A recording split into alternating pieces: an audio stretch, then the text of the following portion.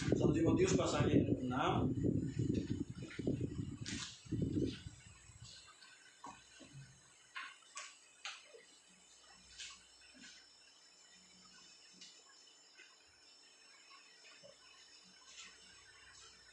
Kita akan baca mulai dari ayat yang ke-9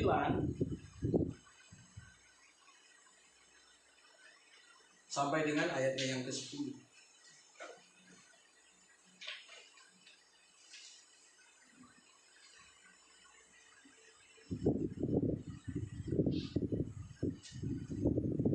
Satu Timotius pasalnya yang ke-6 ayat 9 dan ayat yang ke-10 saya akan baca, jemaat silakan perhatikan. Tetapi mereka yang ingin kaya terjatuh ke dalam pencobaan, dalam jerat, dan ke dalam berbagai nafsu yang hampa dan yang mencelakakan, yang menenggelamkan manusia ke dalam keruntuhan dan kebinasaan.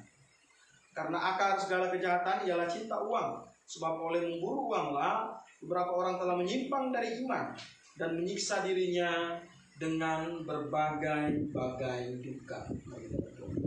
Bapa di surga, kami sungguh bersyukur Tuhan.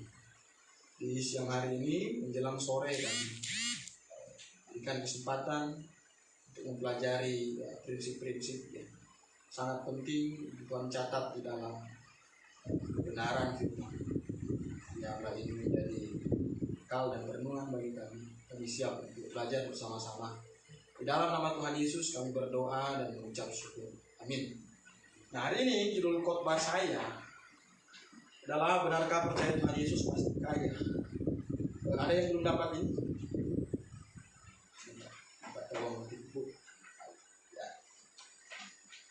Ini adalah bagian dari bagian-bagian poin yang akhir-akhir ini terus berkembang, yaitu tentang teologi kemakmuran. Jadi ternyata teologi kemakmuran itu bukan baru ada sekarang. Jadi sejak zaman dulu teologi kemakmuran itu sudah mengganggu jemaat. Nah, ternyata kalau kita melihat dalam kitab 1 Timotius ada beberapa orang yang bermasalah yang menyusup masuk ke dalam jemaat. Kalau kita baca dalam 1 Timotius pasal 1, di situ dijelaskan ada 2 nama, yaitu Hymenaeus dan Alexander. Dan Paulus bilang bahwa kalau mereka tidak bertobat akan diserahkan kepada iblis. Kenapa Paulus bicara seperti itu? Karena Paulus tidak mau mereka membawa membawa pengajaran-pengajaran yang salah ke dalam jemaat. Dan semakin banyak jemaat yang akhirnya terpengaruh dalam pengajaran-pengajaran yang salah seperti itu. Jadi ini masalah teologi kemakmuran sudah ada sejak lama. Jadi ada banyak orang yang akhirnya jatuh ke dalam dosa dan cinta uang dan berpikir bahwa ketika percaya kepada Tuhan Yesus itu pasti kaya raya dan seterusnya. Coba kita melihat beberapa hal. Apa itu teologi kemakmuran? Kenal dulu apa itu teologi kemakmuran. Teologi kemakmuran atau Injil kemakmuran yang juga disebut sebagai teologi sukses adalah doktrin yang mengajarkan bahwa kemakmuran dan sukses, kaya, berhasil, dan sehat sempurna ya, adalah tanda-tanda eksternal dari Allah untuk orang-orang yang dikasihi. Ini adalah pandangan atau pengertian dari teologi kemakmuran.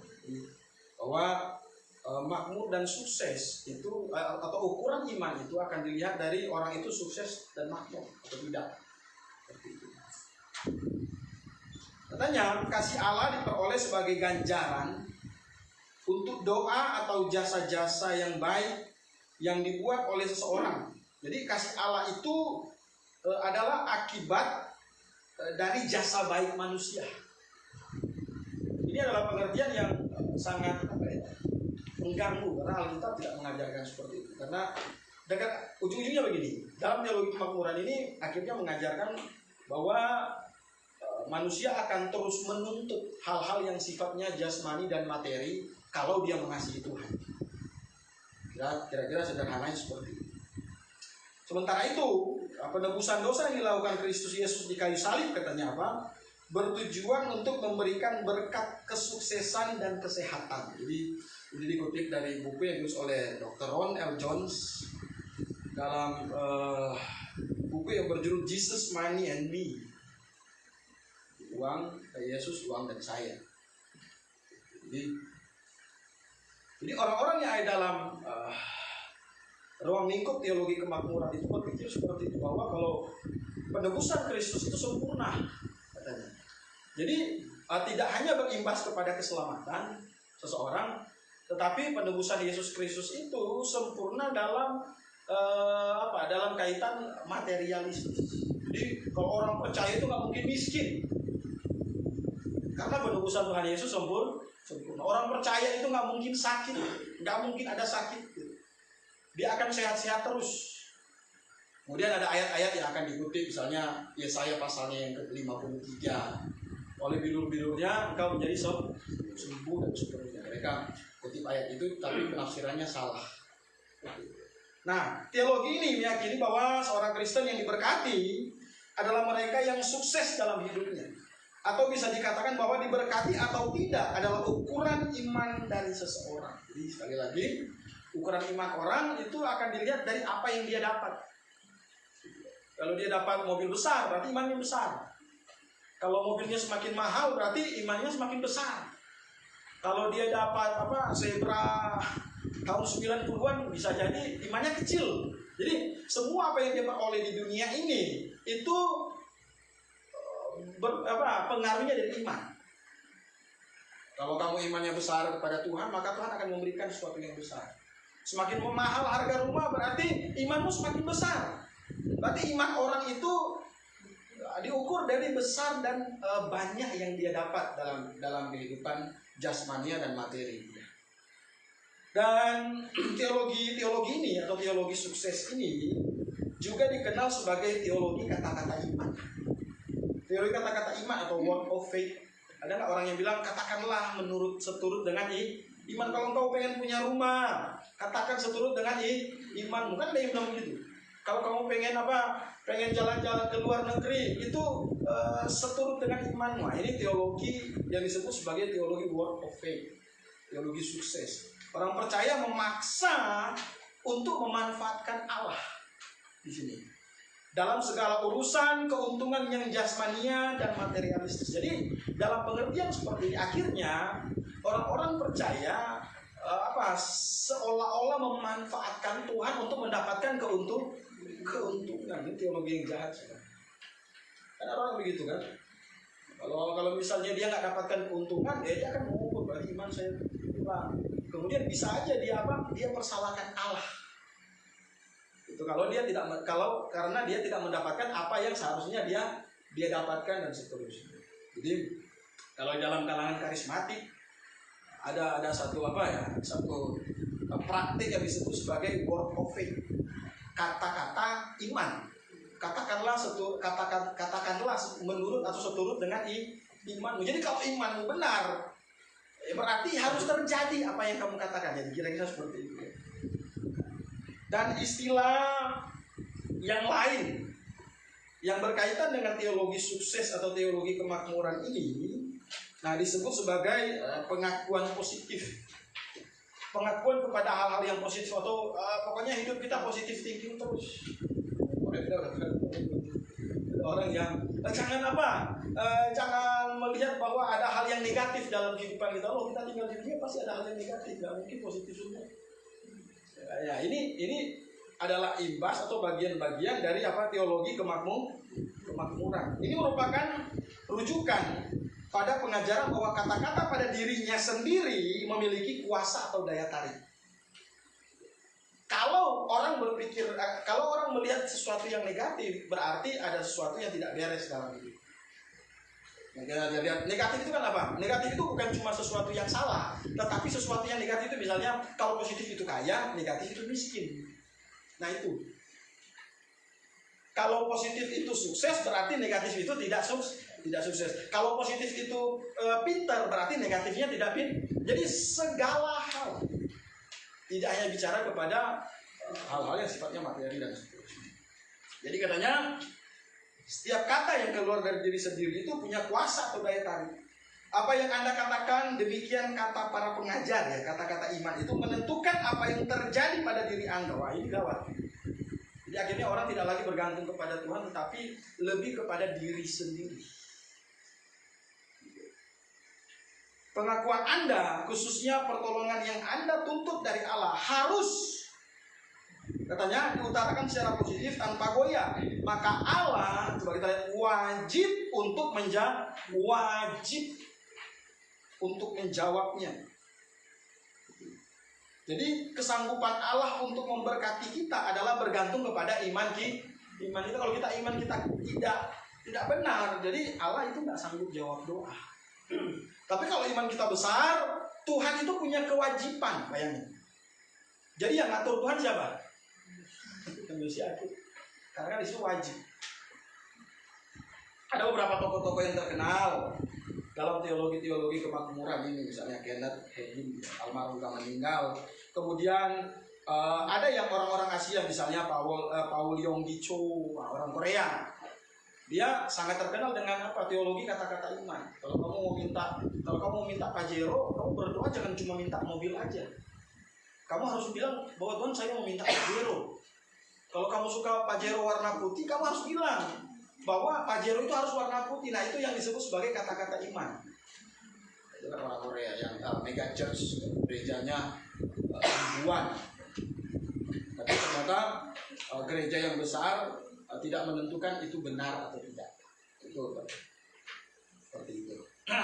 Kemudian di dalam Alkitab ada satu tokoh yang hampir terjebak dalam kesesatan teologi kemakmuran, yaitu Asaf. Nah, Asaf pernah merenung sebenarnya. Kalau kita baca dalam Mazmur pasal 73. Coba kita lihat Mazmur pasal 73. Mazmur pasalnya yang ke-73.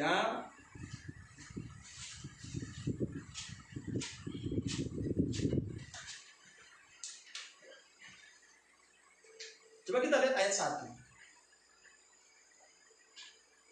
Mazmur pasalnya yang ke-73 ayat 1. Sesungguhnya Allah itu baik bagi mereka yang tulus hatinya, bagi mereka yang bersih hatinya. Nah, Asaf menempatkan dirinya sebagai apa? Orang yang tulus hatinya dan orang yang bersih hatinya. Tapi kita lihat, tetapi aku sedikit lagi maka kakiku terpeleset, nyaris aku tergelincir.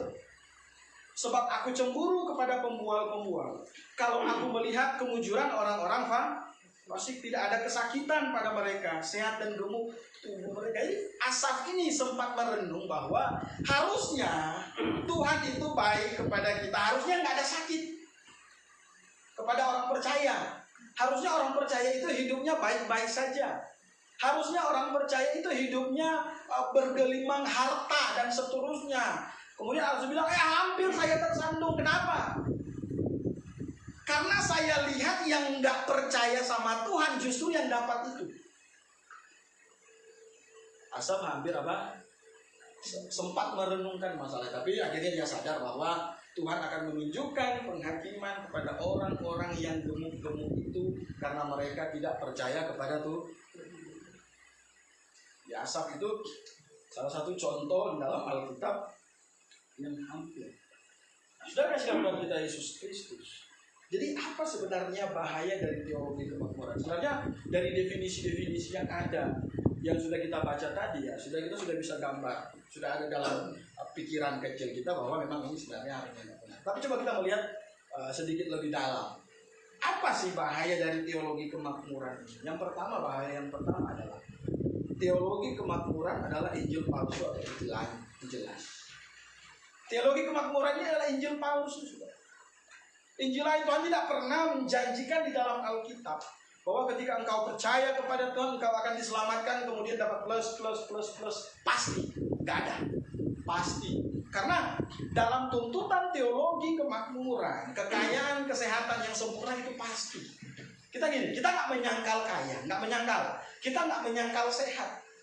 Tetapi kita harus juga berpikir realistis bahwa kita masih pakai tubuh jasmani dan kita hidup di dunia yang penuh dengan dosa.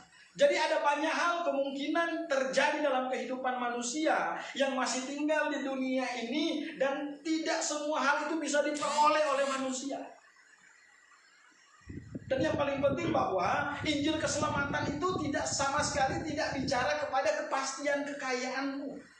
Sama sekali tidak bicara kepada kesempurnaan kesehatanmu. Oleh sebab itu ada banyak sekali orang-orang yang sebenarnya punya iman yang luar biasa, yang mungkin ekonominya tidak sebaik dengan orang-orang yang tidak percaya Tuhan. Saya tidak katakan bahwa semua orang kaya itu salah, tidak. Ada orang yang taat kepada Tuhan dan baik, memang Tuhan percayakan berkat dan seterusnya. Tetapi yang menjadi bahaya dari orang-orang yang percaya kepada teologi kemakmuran ini adalah ketika mereka mau memaksakan unsur-unsur yang sifatnya jasmani, materialistis sebagai paket pemberian Tuhan atas iman yang dia miliki. Pasti kaya dan pasti sehat. Sedangkan kalau kita baca di dalam Efesus pasalnya yang kedua, ayat yang ke-8 dan ayat yang ke-9, kan di situ, oleh kasih karunia kamu diselamatkan oleh iman. Itu bukan hasil usahamu, melainkan apa? Pemberian Tuhan bicara kepada keselamatan kita dapatkan lewat iman. Dasarnya kasih karunia, dan Tuhan tidak pernah bicara bahwa setelah selamat kemudian ada hal lain yang pasti itu. Yang paling pasti itu adalah keselamatan. Kalau yang lain nggak pasti sudah. Oleh sebab itu ada orang kaya yang kemudian dalam krisis moneter dia bisa bangkrut. Bisa kan?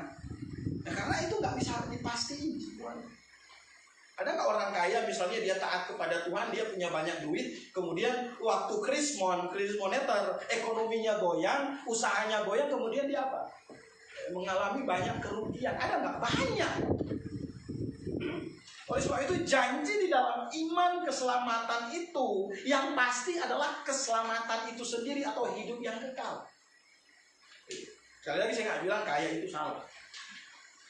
Saya nggak bilang ketika ada orang kaya berarti salah. Ada orang kaya berarti teologi sukses. Enggak. Tetapi ada orang-orang yang memang hidup di dalam pemahaman bahwa kalau punya iman yang benar berarti pasti kaya. Jadi kita sebut ini sebagai Injil yang lain. Karena Tuhan tidak pernah menawarkan kepastian kekayaan duniawi dan kesempurnaan kesehatan ketika kita sungguh-sungguh percaya dan masih hidup di dunia ini. Nah, kalau nanti kerajaan 1000 tahun itu bisa terjadi, bahwa kita akan sehat mungkin secara sempurna. Jadi ini adalah Injil yang lain. Bayangkan Injil yang lain itu nggak harus sembah patung. Sembah patung itu terlalu kelihatan, betul? Terlalu kelihatan, ya kan? Injil yang lain kita mau sembah patung terlalu kelihatan. Ada hal yang lebih canggih yang iblis ciptakan, yang nyaman sekali, enak sekali, dan itu dibawa masuk ke dalam gereja.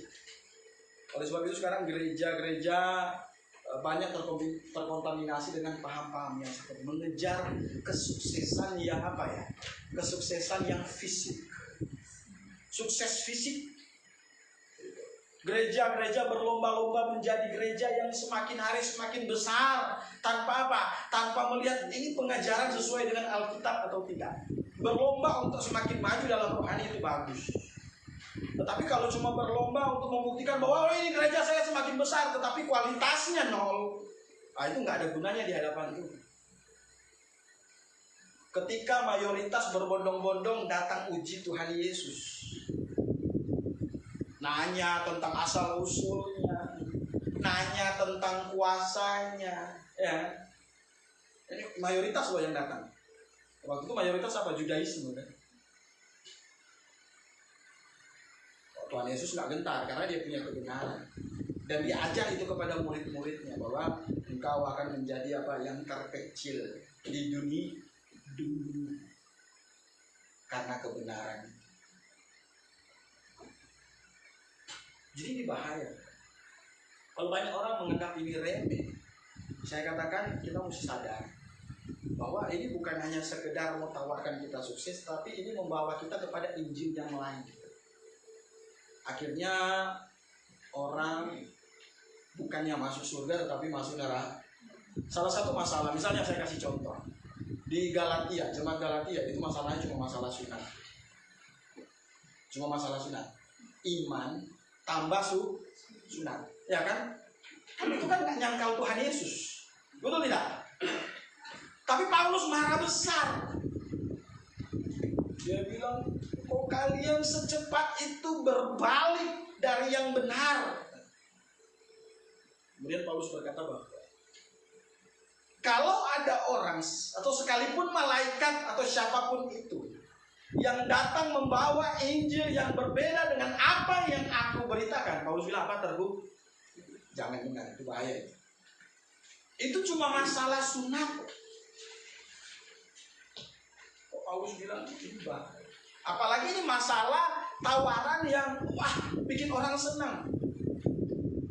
Jadi kita katakan bahwa ini adalah Injil palsu. Jika ada hal lain yang ditambahkan atau dikurangi, maka hasilnya adalah Injil lain atau Injil palsu.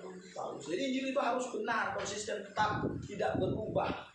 Tuhan ajarkan prinsip Injil itu jelas. Tadi Efesus 2, 8 dan 9. Itu nggak boleh ditambah-tambah, nggak boleh dikurang-kurang. Sudah itu ukuran yang Tuhan berikan kepada manusia. Kalau mau tambah dengan inilah, mau tambah dengan itu, akhirnya jadi barang palsu. Ini adalah masalah yang serius. Karena kekristenan itu kan bukan agama perasaan, merasa. Kalau orang-orang yang bawa-bawa Injil palsu selalu asumsi di otaknya itu merasa benar. Tapi ini masalah kebenaran yang yang absolut, satu-satunya. Kalau sampai salah, ya kita masuk neraka. Yesus sendiri digambarkan sebagai kebenaran, tahu, dalam Yohanes pasal 17 ayat 17 dan banyak ayat yang lain. Jadi ini adalah Injil palsu. Kalau kita beriman kepada teologi kemakmuran ini, kita mesti sadar dan mesti keluar secepat-cepatnya dari teologi seperti itu. Kemudian yang kedua, teologi kemakmuran itu menghancurkan iman. Kita lihat dalam teologi kemakmuran, ukuran iman adalah apa katanya? Ya kita bilang tadi jasmania dan materi. Nah itu menghancurkan iman yang benar. Sebagaimana yang tersirat dalam kata-kata iman. Gerakan ini mengajarkan bahwa iman adalah soal apa yang kita katakan dan bukan soal apa yang kita percaya atau kebenaran apa yang kita pegang dan percaya dalam hati kita. Jadi itu. Kalau doktrin word of faith kan gitu kan, soal apa yang kita katakan. Mau sama dengan Alkitab atau tidak, pokoknya kata saya ini harus berkuasa. Tetapi kebenaran tidak seperti itu. Iman yang benar itu harus berdasarkan apa? Pengenalan akan kebenaran firman Tuhan, yaitu kebenaran. Roma pasalnya yang ke-10 ayatnya yang ke-17. Iman timbul dari pendengaran dan pendengaran akan firman Kristus. Jadi kebenaran itu harus berasal dari Tuhan dan kita bisa beriman dengan benar karena kita bisa mengetahui kebenaran dan akhirnya muncul iman yang benar. Kalau orang yang dalam teologi sukses, cara berpikirnya sesat. Karena menurut dia iman itu berdasarkan apa yang dia katakan. Tetapi Alkitab ajarkan iman itu berdasarkan kebenaran. Jadi sekali lagi istilah yang paling populer juga disebut sebagai apa tadi, pengakuan positif. Kata-kata yang memiliki daya cipta atau punya kuasa dan seterusnya. Nah, dalam teologi sukses, pengakuan manusia atau pengakuan siapapun itu, khususnya pertolongan yang kita tuntut dari Allah, harus diutarakan secara positif tanpa keraguan. Maka Allah wajib, itu yang saya sudah kutip tadi, saya kutip lagi di sini. Jadi akhirnya begini saudara. Akhirnya kalau kita melihat apa yang diajarkan oleh Alkitab dengan yang diajarkan oleh teologi sukses ini sangat bertentangan. Misalnya di dalam Yakobus pasal 4 ayat 13 dan 16. Coba kita lihat. Yakobus pasalnya yang keempat ayat 13 sampai dengan ayat 16. Saya sudah ketik di sini sebenarnya. Di poin nomor 2 itu di garis 1, 2, 3, 4, 5. Nah, coba kita lihat Yakobus bilang apa.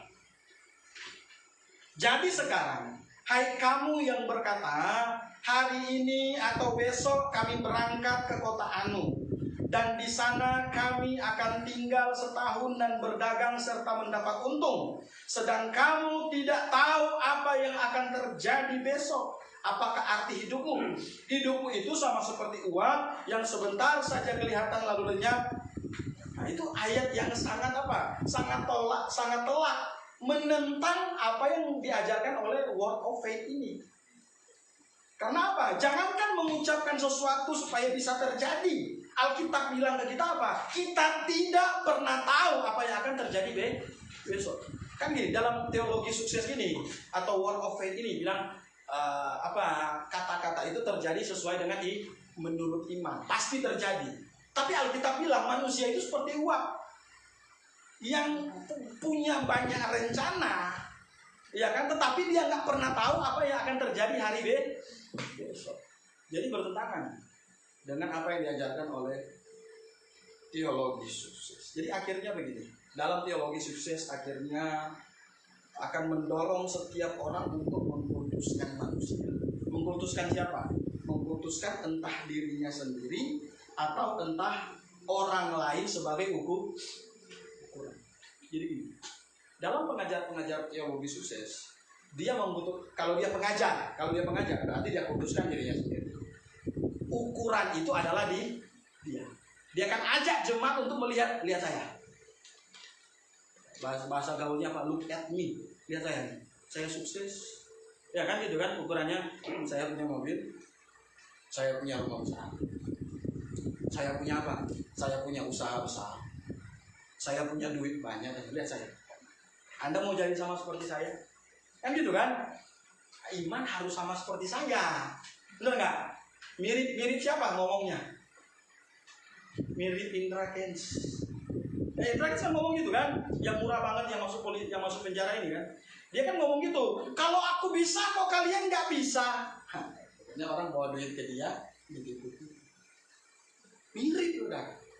Cuma ini pakai nama Tuhan. Teologi sukses pakai nama Tuhan. Kalau Indra Kents nggak pakai nama Tuhan. Coba lihat saya, mobil saya apa? Ya, mobil saya Mercy. Rumah saya berapa? Rumah saya 10M, ya kan? Mobilmu sekarang apa? Tanya, Mas Innova Pak. Imanmu belum sama seperti saya. Mau seperti saya nggak? Berarti imanmu harus sama seperti saya. Jadi mengkultuskan manusia, entahkah diri sendiri yang dikultuskan sebagai Tuhan, atau bisa mengkultuskan orang lain, atau bisa mengkultuskan orang lain. Jadi akhirnya jemaat mengkultuskan dia sebagai Tuhan. Dan semua ukurannya adalah manusia.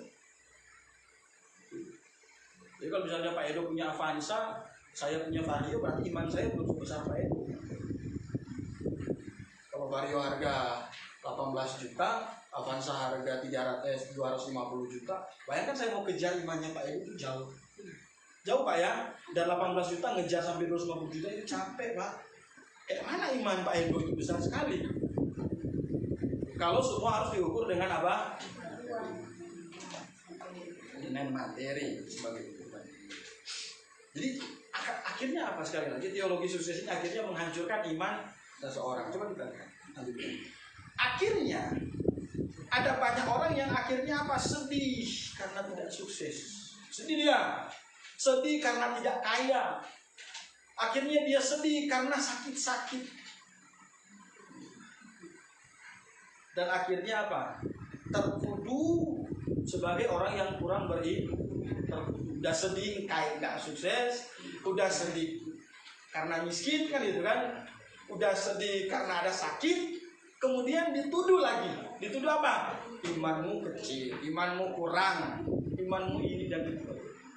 Jadi susah kali hidup di dalam apa teologi sukses ini ya. Artinya kita yang orang-orang yang duitnya nggak banyak takut juga masuk ke gereja itu. Nanti sampai di sana, misalnya parkirnya apa, berarti yang misalnya di samping motor saya Ferrari, imannya gedenya gimana?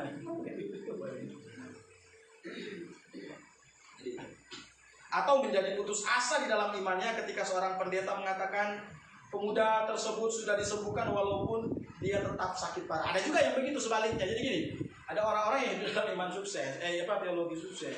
Dia doakan seorang, ya kan? Karena dalam ukuran iman dia itu pasti berhasil, ya kan? Harusnya berhasil. Tapi ukuran iman orang tidak berhasil. Dia bilang, oh ya kamu sudah sembuh. Tapi pemudanya tetap merasa apa? Kok saya masih sakit kok dibilang sembuh? Jalan. Orang paksa jalan. Supaya kelihatan sembuh kan?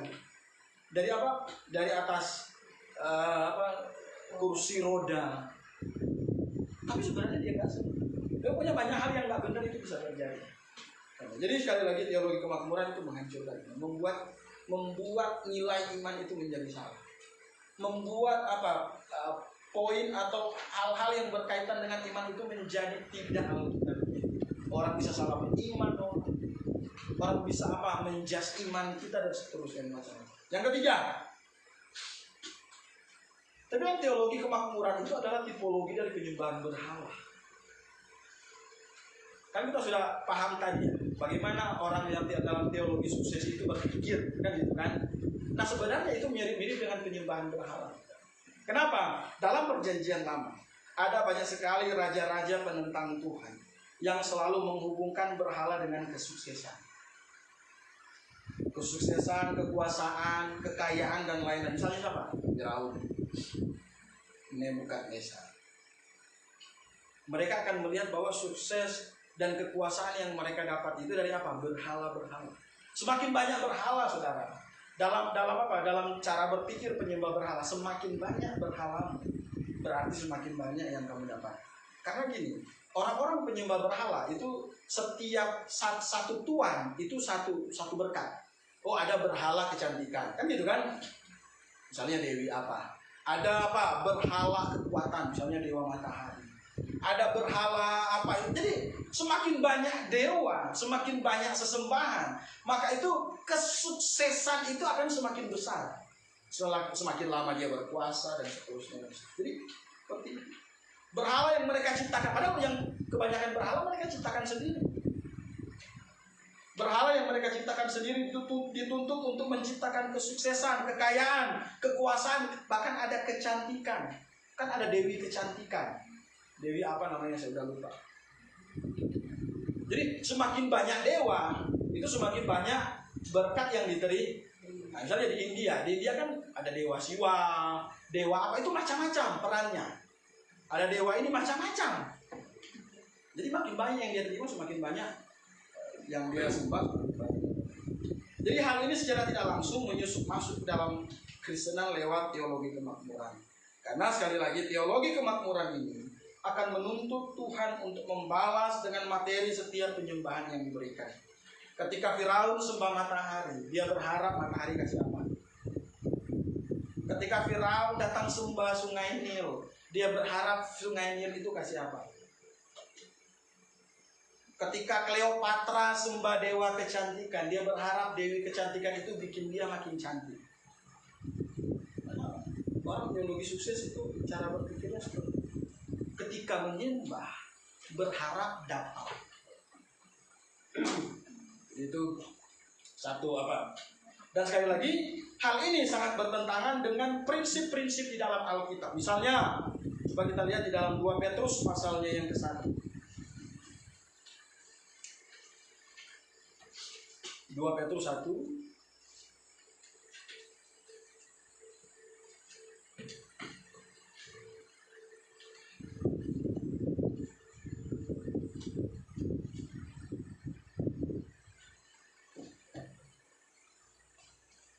Bertentangan dengan 2 Petrus 1 ayat 4. Coba kita perhatikan 2 Petrus 1 ayat 3 dan 4 supaya kita begitu.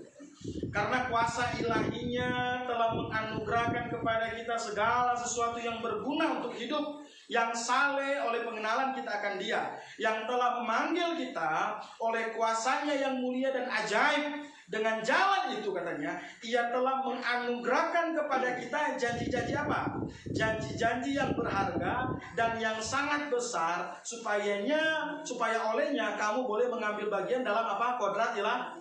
Jadi janji Tuhan itu tidak bersifat jasmani dan materialistis, tapi rohani. Supaya kamu mengambil bagian dalam kodrat ilah. Ini janjinya rohani. Kemudian 1 Timotius 6 ayatnya yang ke-17.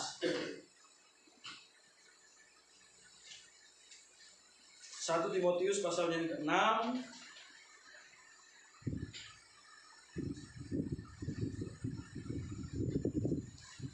ayatnya yang ke-17.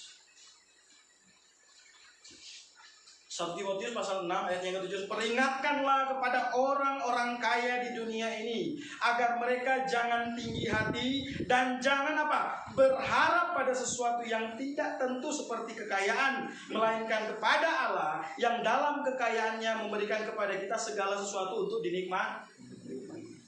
Jadi berharap kepada hal yang materi, Alkitab bilang salah. Tetapi sebaliknya berharap kepada siapa? Allah. Kemudian Efesus 1 ayat 7.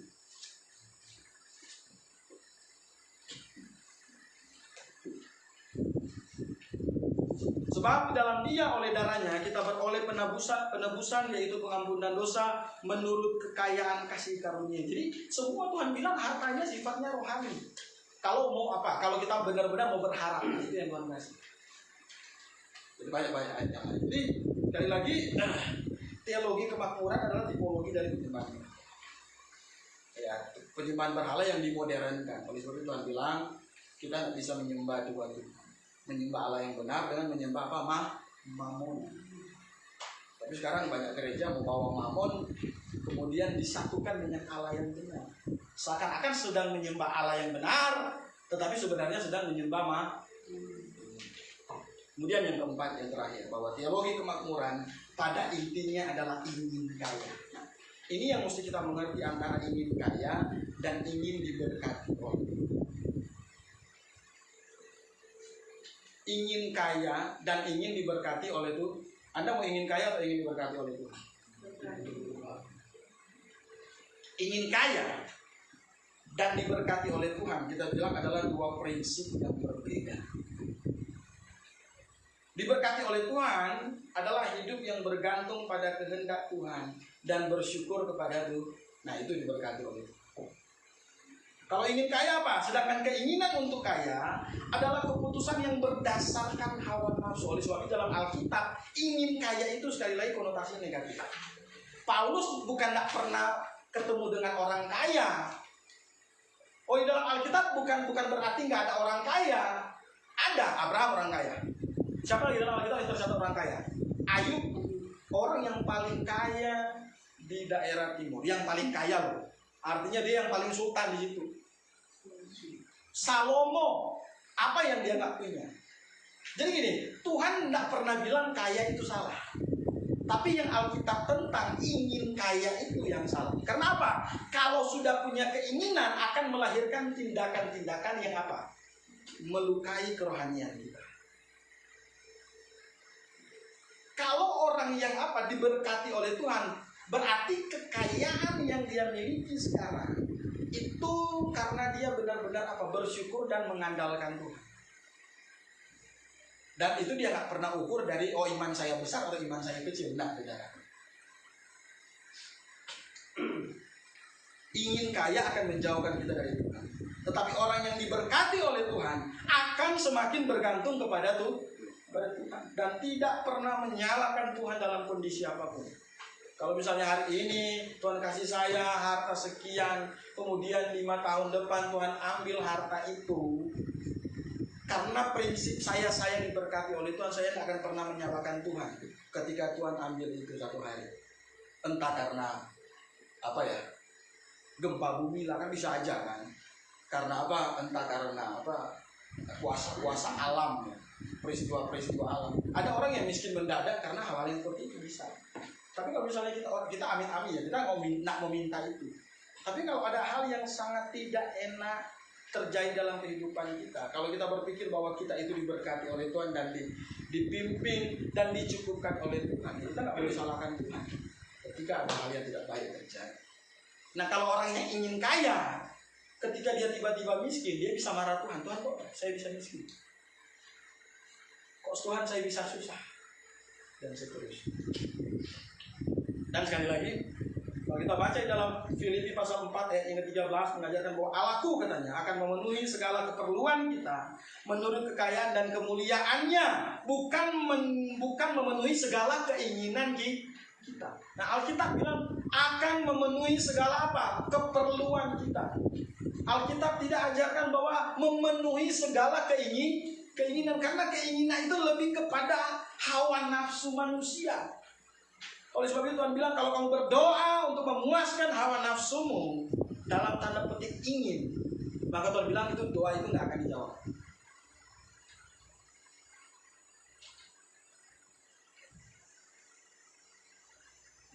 Dan sekali lagi biasanya ingin itu lebih kepada konotasi yang negatif. Ya kita bilang alih-alih Tuhan mau menekankan kekayaan dalam tujuan hidup orang percaya, maka sebenarnya Alkitab memperingatkan kita untuk apa? Tidak mengejarnya.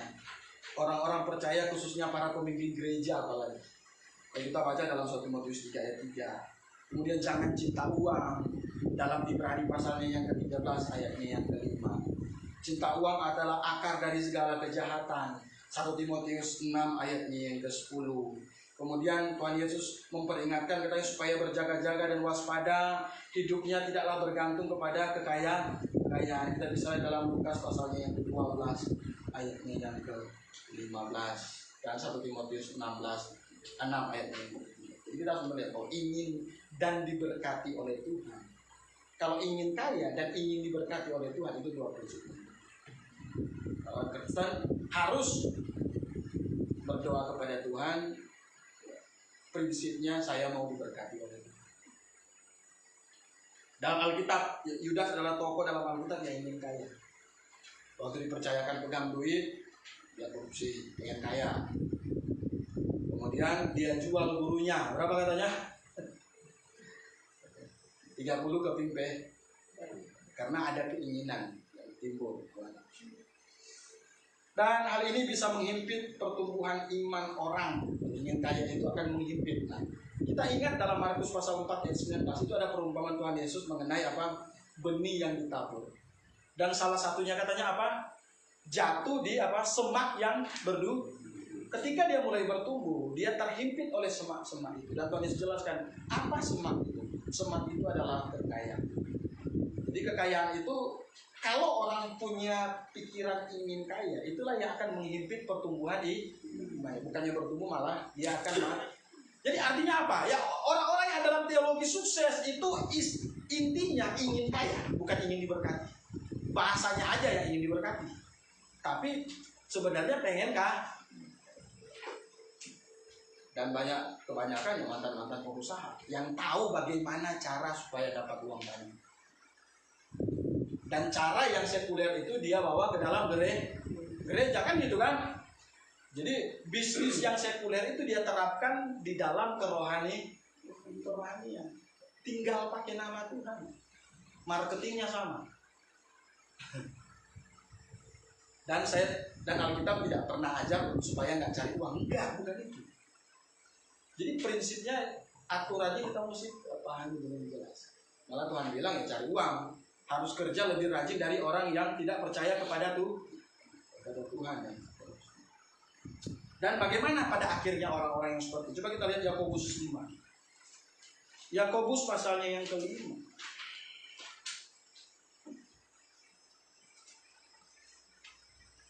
Yakobus pasalnya yang ke-5 ayat 1 sampai 6.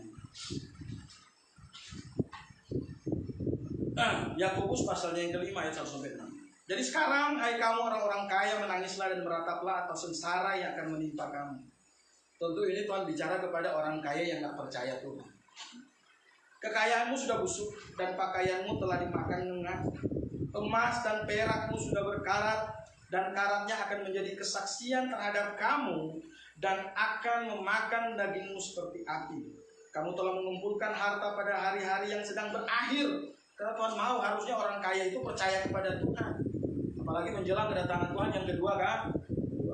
Sesungguhnya telah terdengar teriakan besar karena upah yang kamu tahan dari buruh yang telah menuai hasil ladangmu, dan telah sampai ke telinga Tuhan semesta alam keluhan mereka yang menyabit panenmu. Dalam kemewahan kamu telah hidup, dalam berfoya-foya di bumi. Kamu telah memuaskan hatimu sama seperti pada hari penyembelihan. Kamu telah menghukum, bahkan membunuh orang yang benar, dan ia tidak dapat melawan kamu. Jadi orang-orang kaya yang curang, yang tidak percaya kepada Tuhan, yang hidup menurut hawa nafsu, Tuhan bilang akan dihukum. Karena mereka melakukan curang kepada apa? Pekerja-pekerja mereka. Katanya upah buruh yang harusnya diterima, orang-orang kaya tidak berikan. Karena mereka apa? Orang kaya yang tidak percaya kepada Tuhan, hidup dalam keserakahan. Dan mereka ingin kaya dan ingin semakin kaya. Kalau kita ingin diberkati oleh Tuhan, berarti cara berpikir kita berubah. Dan kita akan melakukan pekerjaan-pekerjaan yang tidak bertentangan dengan apa? Tidak bertentangan dengan kehendak-kehendak.